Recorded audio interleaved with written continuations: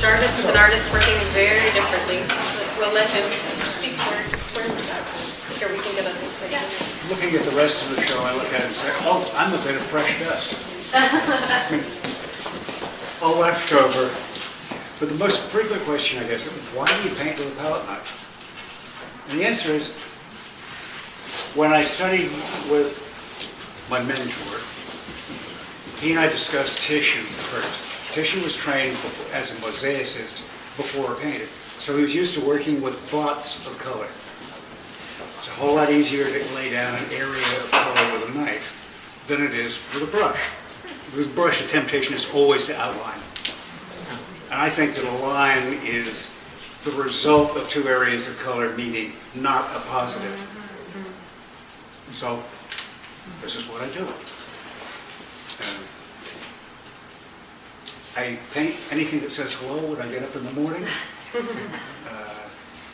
I don't have a pre-programmed, this is what I'm going to do for the next 6 months. But I'll answer any questions anybody has. Who was your mentor, Jarvis, that you spoke? Arthur Stern. And where was that? New York. Yes. He had a program called Drawing from Scratch on Channel 13. And I got to draw on the program. That's great.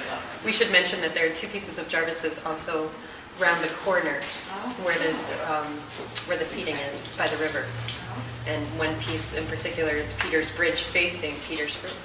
So. Who was your inspiration, additionally, from maybe decades past? I wanted to be a painter from the time I was 8 or 9. My mother had been a portrait painter and felt that she gave up a career to marry. Very Victorian idea. I'm not sure if it was valid, but I thought, maybe I'll do this. I studied art history in college after getting thrown out of the basic freehand drawing course. So what do you do with a degree in art history? You teach more people to be as useless as you are. So I went to Columbia and met Arthur on the street. He was trying to pick me up. I was 22 and not interested. But he intrigued me and I studied with him. Any old masters? Style. I stopped. No, old masters from centuries past Oh, that inspired you. There's a thread running through European art that goes from Titian north to Vermeer and Rembrandt to Chardin, through most of the Impressionists. It's a feeling that color is supreme and the form comes from the interactions of the colors, not from delineation by line. There is a thread that goes through, and that's what I identify with. So, anything else I can hold forth on, or am I free not to speak anymore? Well, you've done a fantastic job, especially in this painting. Like, you really feel the ball, the texture of the ball, how hard it is versus the softness of the painterly. So, as you said, you're the master of paint and colors. Some people call me the master of the tangerine. I've painted him a number of times. Jarvis, it seems like you have in your still lives sort of you've chosen more abstract backgrounds, whereas, in painting of the bridge, it's every detail of the scene is there for you, but probably, I'm guessing, these peonies, there was some context around them, there was some other stuff going on. Excuse me. Is there a reason that you choose to simplify in this way? Is it to focus on this particular object, or what is the thinking behind that compositional choice? I'll have to think about that. That's fair. Is that how you always approach the life? Pretty much, yes. Yeah, interesting. Yeah. I'm painting something because I really love it.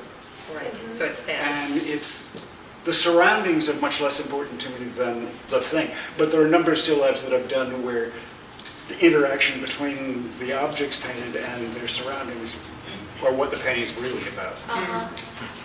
So in these So two I can't cases, answer that for this painting. Yeah, no, but in these two cases, clearly it's about the forms of the peonies and the oranges and the bowl. and the light and the way that it interacts with those forms. But when I was first beginning, I felt that a still life was something that you came when you didn't set up. Uh-huh. You just saw it and wow, it clicked. Yeah. So you painted it, and that was that. Like you said, it says hello to you. Yeah. In the piece with the bowl, I love the way that you created a very hard edge, as you said, by bringing two planes of paint together. The fold in the cloth on the left side of the bowl, and even the shadow on the lower segments of the citrus fruit. That line just, besides bringing you into the painting so beautifully, which it does, I just find those three hard edges such a foil for the softer, more organic shapes of the fruit. I think the triangle here is even more important. Yeah. Well, So thank you. you never used any brush in this? Only to sign it. Oh, really? Really. Wow. Wow. Yeah. It's true, well, I haven't used a brush in any of them. Brilliant. Thank you, Jane. Thank you, Joe. But I really feel that the last concern you should have is how I did it. Right. It should be what it's done to you. One more question. Can you tell us how your approach differs from, in your cloud painting, from the still lifes? In terms of place and time? Well, the cloud painting is from South Texas, where my brother and I go fishing. The still lifes are in my studio here. But for a long time, I did a lot of landscape and not much still life. And now it's the other way around. Did you have to be more immediate in that, in cloud painting? Well, the title of the painting is Gonna Get Wet.